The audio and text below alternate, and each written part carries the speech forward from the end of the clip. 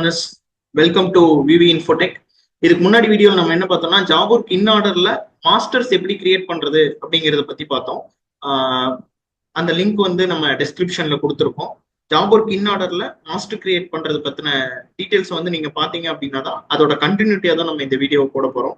நான் ஃபர்ஸ்ட் என்ன பண்ண போறேன் அப்படின்னு பாத்தீங்க அப்படின்னா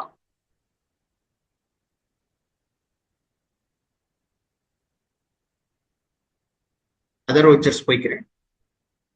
ஜாப் ஒர்க் இன் ஆர்டர் அப்படிங்கிற வவுச்சரை செலக்ட் பண்ணியிருக்கேன்.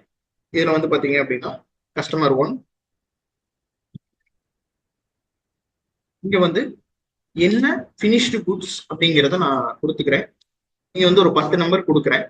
நான் 10 நம்பர் கொடுத்த உடனே வந்து பாத்துட்டீங்க அப்படின்னா ஆட்டோமேட்டிக்கா எனக்கு என்னென்ன மெட்டீரியல்ஸ் வேணும், பெண்டிங் டு ரிசீவ் அப்படிங்கிற டீட்டெயிலோட எனக்கு வந்து ஆட்டோமேட்டிக்கா ஃபில் ஆகி வந்துருச்சு.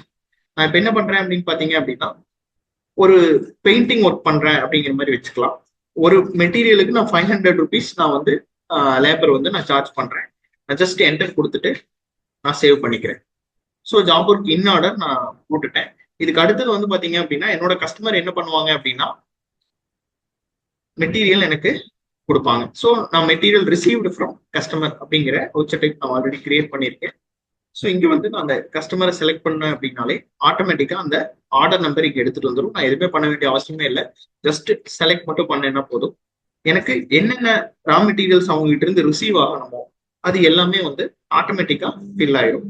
ஸோ ஒன்ஸ் ஃபில் ஆயிடுச்சு அப்படின்னாலே நமக்கு மெட்டீரியல், அதாவது ரா மெட்டீரியல்ஸ் வந்து உள்ள வந்துருச்சு.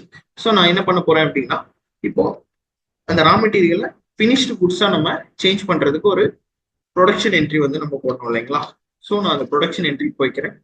நான் எல்லாமே ஆல்ரெடி பிஓஎம்ல செட் பண்ணியிருக்கேன். ஜஸ்ட் செலக்ட் பண்ணிட்டு 10 நம்பர் கொடுத்த உடனே ஆட்டோமேட்டிக்கா வந்து என்ன ஆயிடுச்சு அப்படின்னா செலக்ட் ஆகி என்ன மெட்டீரியல்ஸ் வேணுங்கிறது எல்லாமே வந்து செலக்ட் ஆயிடுச்சு. ஜஸ்ட் நான் கண்ட்ரோல் போட்டுக்கிறேன். ஸோ நான் என்ன பண்ணிட்டேன் அப்படின்னு பார்த்தீங்கன்னா மெட்டீரியலை ரிசீவ் பண்ண ஜாப் ஒர்க்கர்ட்டு ரிசீவ் பண்ண மெட்டீரியலை ஃபினிஷ்டு குட்ஸாகவும் நான் கன்வெர்ட் பண்ணிட்டேங்க. 10 நம்பர் வேணும், நான் அந்த 10 நம்பரையும் நான் வந்து கன்வெர்ட் பண்ணிட்டேன். ஸோ இப்போ நான் என்ன பண்ண போறேன் அப்படின்னா என்னோட கஸ்டமருக்கு நான் மெட்டீரியல் அவுட் கொடுக்கணும். நான் ரெடி பண்ணி வச்சுட்டேன்.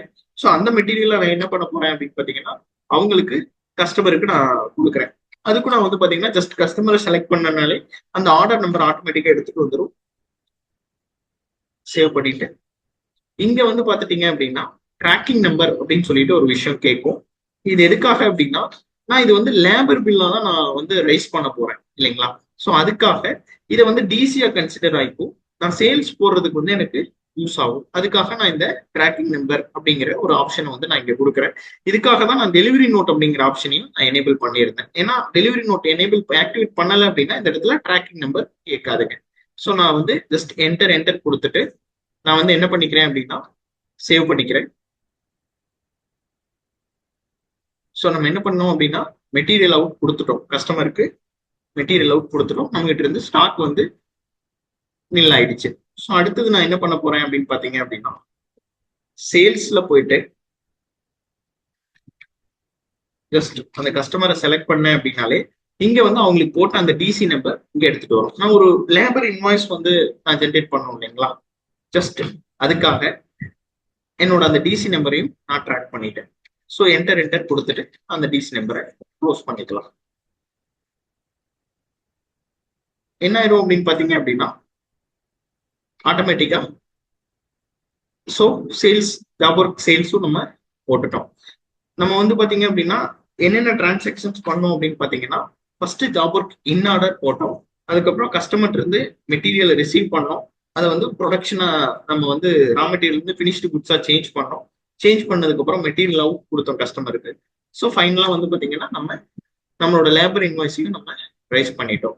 ஸோ இந்த மாதிரி பண்ணும்போது என்ன ஆகும் அப்படின்னா உங்களுக்கு கம்ப்ளீட் ட்ராக்கிங் இருக்கும். எந்த மெட்டீரியல் யார்ட்டு இருந்து வந்துச்சு அப்படிங்கிற விஷயத்தையும் நீங்க பார்க்க முடியும். நீங்க ரிப்போர்ட்டாவும் இதை வந்து நீங்க பார்த்துக்க முடியும். ஜாப் ஒர்க் ரிப்போர்ட்ல போனீங்க அப்படின்னா டிஸ்பிளேல போயிட்டு ஜாப் ஒர்க் ரிப்போர்ட்ல போனீங்க அப்படின்னா இங்க வந்து பாத்தீங்க அப்படின்னா